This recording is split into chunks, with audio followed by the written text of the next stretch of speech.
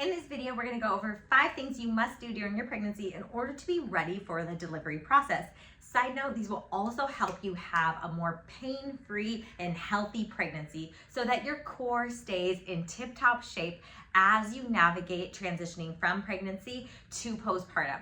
The healthier your core stays during the pregnancy and the better it is ready for birth, the less birth injury you will have and the faster you can get to your recovery process. It doesn't matter how much you do for the birth process, you absolutely have to go through that recovery process. It's how you show up though for that birth process that can help you mitigate injuries that will decrease your healing time. So in order to get you as prepped as possible, I'm gonna go over 3 absolutely vital techniques that you need in order to keep your core strong and healthy during your pregnancy. The number one way I recommend keeping your core healthy during your pregnancy is by getting pelvic floor physical therapy. When you get pelvic floor physical therapy, you begin to train your pelvic floor. The baby's either going to come out of your body through your vagina or through your belly. The more you train the pelvic floor muscles to open and elongate and stretch in new directions, the more prepared your body is going to be in order for that vaginal delivery to occur. Now, you can do everything in the world and we can still end up with a C-section. If you do the pelvic floor work with a pelvic floor physical therapist, and no, I'm not talking about Kegels, sitting on an exercise ball, or going through endless exercises. I'm talking about true pelvic floor changing work where we go and we change the internal workings of the muscles themselves. This does require internal vaginal releases of the pelvic floor muscles to help get you new length of the pelvic floor muscles and therefore be able to stretch to new lengths and utilize those new lengths during the childbirth process.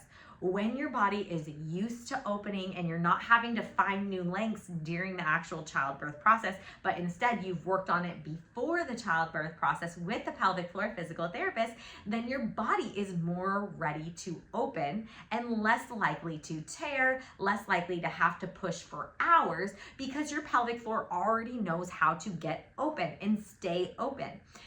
So, number 1, that is the most essential thing you can do for yourself. A high quality, skilled pelvic floor physical therapist isn't gonna just do an internal assessment where they insert a finger and they say, squeeze my finger, relax it, squeeze it, relax it. They're gonna go through and they're gonna check all the little muscles of the pelvic floor. So the pelvic floor itself, so here's your pelvis, here's the pelvic floor. Pelvic floor has the anus, the vagina, the urethra, the clitoris. It has 3 layers of musculature. The very first layer, this is often where people tear and you can get stitches. Then there's a second layer, which is more fascial. Then there's a third deep layer, which is connected to the back and the hips. Now, when we're pregnant, these muscles get really tight. A lot of times we already show up to pregnancy with really tight pelvic floor muscles.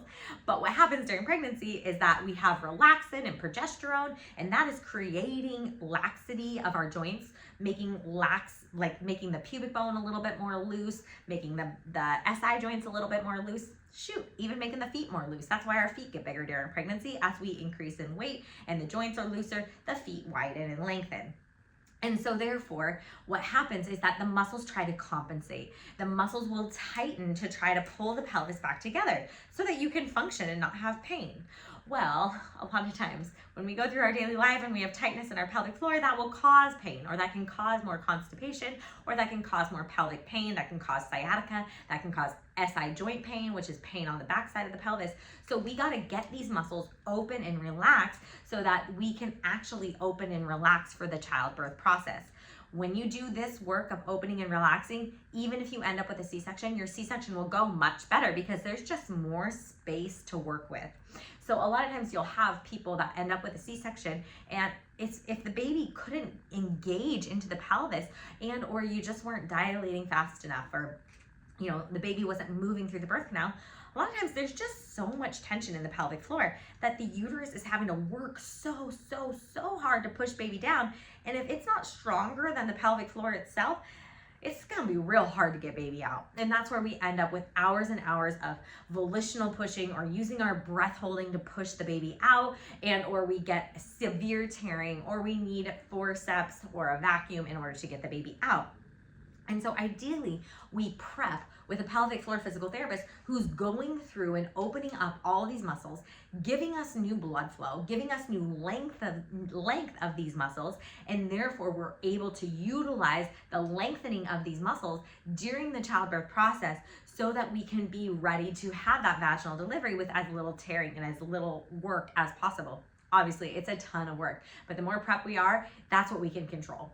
So working with a pelvic expert is my non-negotiable. Second thing I want you to know is learning how to breathe during your pregnancy is essential, because if you can do some deep breathing where you learn to control and open your pelvic floor during your pregnancy, that will help you in your labor process improve your core opening, your pelvic floor opening, your vagina opening, so that baby can come out with a lot more ease.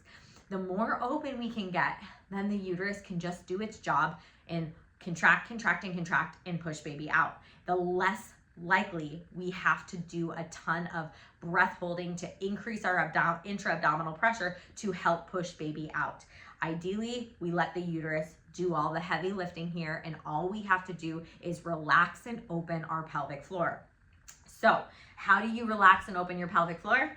Great question. The number one way we want to start to do this is through the diaphragmatic breath approach. So, you put a hand on your belly and a hand on your chest. I want your hand on your belly to raise first. So what it's going to look like from the side here is you're going to inhale and exhale. Inhale deep into your belly and exhale. As you're inhaling into your belly, I want you to connect to your vagina and think about opening your vagina as you inhale. As you exhale, you'll get some recoil. You're going to inhale, open vagina, open anus. Exhale, you're going to get some natural recoil.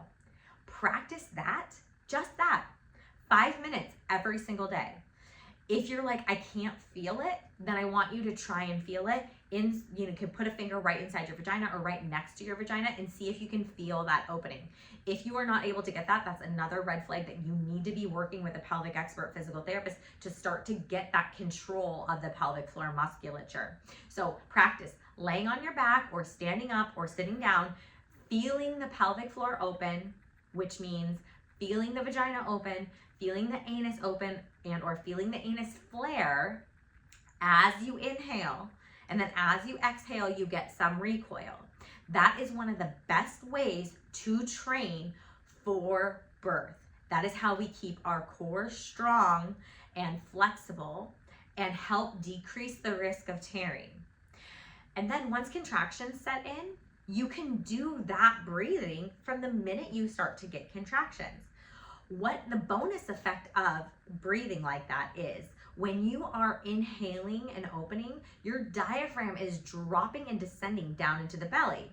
When your diaphragm is dropping and descending down into the belly, what is happening is that in your uterus is already contracting, then the diaphragm is helping push the baby down and out. Now, you're not pushing your breath down into your belly, you're just guiding your breath. It shouldn't feel like a push. It should feel gentle, like you're just opening up, bringing the air into the belly, and then exhaling and letting it go. So when you're inhaling and you're contracting, your uterus is contracting, or you're having Braxton Hicks contractions, then your diaphragm is helping assist bringing baby down. It's helping make those uterine contractions more effective for your body.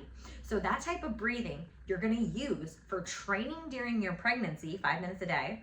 And then the minute you go into labor, you're going to use that type of breathing to help with bringing that diaphragm and utilizing your diaphragm to bring baby down. And bonus effect is the diaphragmatic breathing helps stimulate what's called the vagus nerve.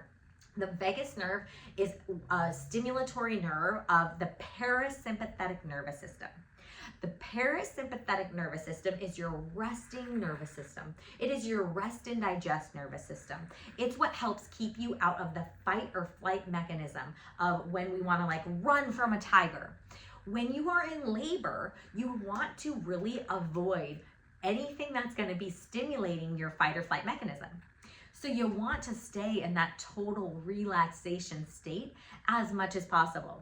I recommend for clients that are like transitioning to the hospital or transferring to the hospital and or they're in a hospital setting, like wrap a towel around your head, stay in your own relaxed zone and just don't let people talk to you. And really try to just stay within your nervous system as calm and collected as possible. So that might look like just totally zoning out from the world, or having whoever your birth advocate or partner or doula is really advocate for you and be like, don't talk to her, just talk to me and I'll do the talking on her behalf or on their behalf. So that is a really important thing and just something to be aware of. The next training technique I want to give you through the rest of your pregnancy is how to have a bowel movement every day. If you can figure out how to breathe your poop out by simply using the diaphragmatic breath that we've already gone through, then you're going to have a lot better likelihood of getting the baby out of your body without having to strain. And it's also training your pelvic floor on how to open as pressure is coming down through the pelvic area. So here's what that looks like. Okay, so we're on the toilet here. When we're on the toilet, what we want to do is we want to open our legs up. We want to lean forward as long as the baby has enough space. If that doesn't feel good for you, then you can lean backwards too. You want to do whatever is as little pain and as most comfortable for your body. So ideally you are in this kind of position because this is this bent over position, or if you have your knees up on a squatty potty, that's going to help straighten the chute of what's called the anorectal angle. So how the poop is coming through the colon, the more you're bent forward, the more you actually straighten out the poop. That's the colon part, like the pipe essentially. So the poop can come out without having to go through a kink. So ideally that's the position, but if you're having discomfort in that position, it's not worth it because any discomfort is gonna increase pelvic floor tightness. And we don't wanna increase pelvic floor tightness as we're trying to have a bowel movement. And so when you're trying to have your bowel movement, you're gonna be in this position. You're gonna take 3 deep belly breaths. So you're gonna breathe into your belly. 1, 2, and at the top of the 3rd inhale, you will make your belly big and make your belly hard, and you're gonna bear down and try to fart or pass gas, but it's as if you don't want someone to see you doing that. And so it is the smallest amount of pressure generated that you can do. So I like to say, inhale, belly big, belly hard, and gently bear down. The more control you have of your pelvic floor, the easier it is to bear down. You do it at the top of the 3rd inhale because hopefully the poop already starts to come through on the 1st or the 2nd inhale. So you got the urge to poop, and then this is how you're pooping. You are simply breathing your poop out. If you can figure out how to relax, sit down on the toilet and breathe your poop out during the rest of your pregnancy, you're gonna have a really good shot at breathing your baby out. And that is a really effective way at maintaining the integrity of your pelvic floor and not having to push for hours and hours and hours, because you are learning to condition your pelvic floor for elongation versus just straining and pushing through a tightened pelvic floor, because that's not effective. And what happens with that is we end up with a lot of prolapse, we end up with a lot of tears, and we want to help prevent that so you can get on the road to recovery much faster and feel really good in your body. I'm Dr. Allison Felt. I hope you found this helpful. Please like and subscribe. You can check out our online birth prep program for a lot more information on this. If you want to attend my clinic for an intensive week of therapy where we get you in tip-top shape for the birth experience of your dreams, you can check us out at bodymotionpt.com. I'm Dr. Allison Felt. Share this with all your pregnant friends. Take care.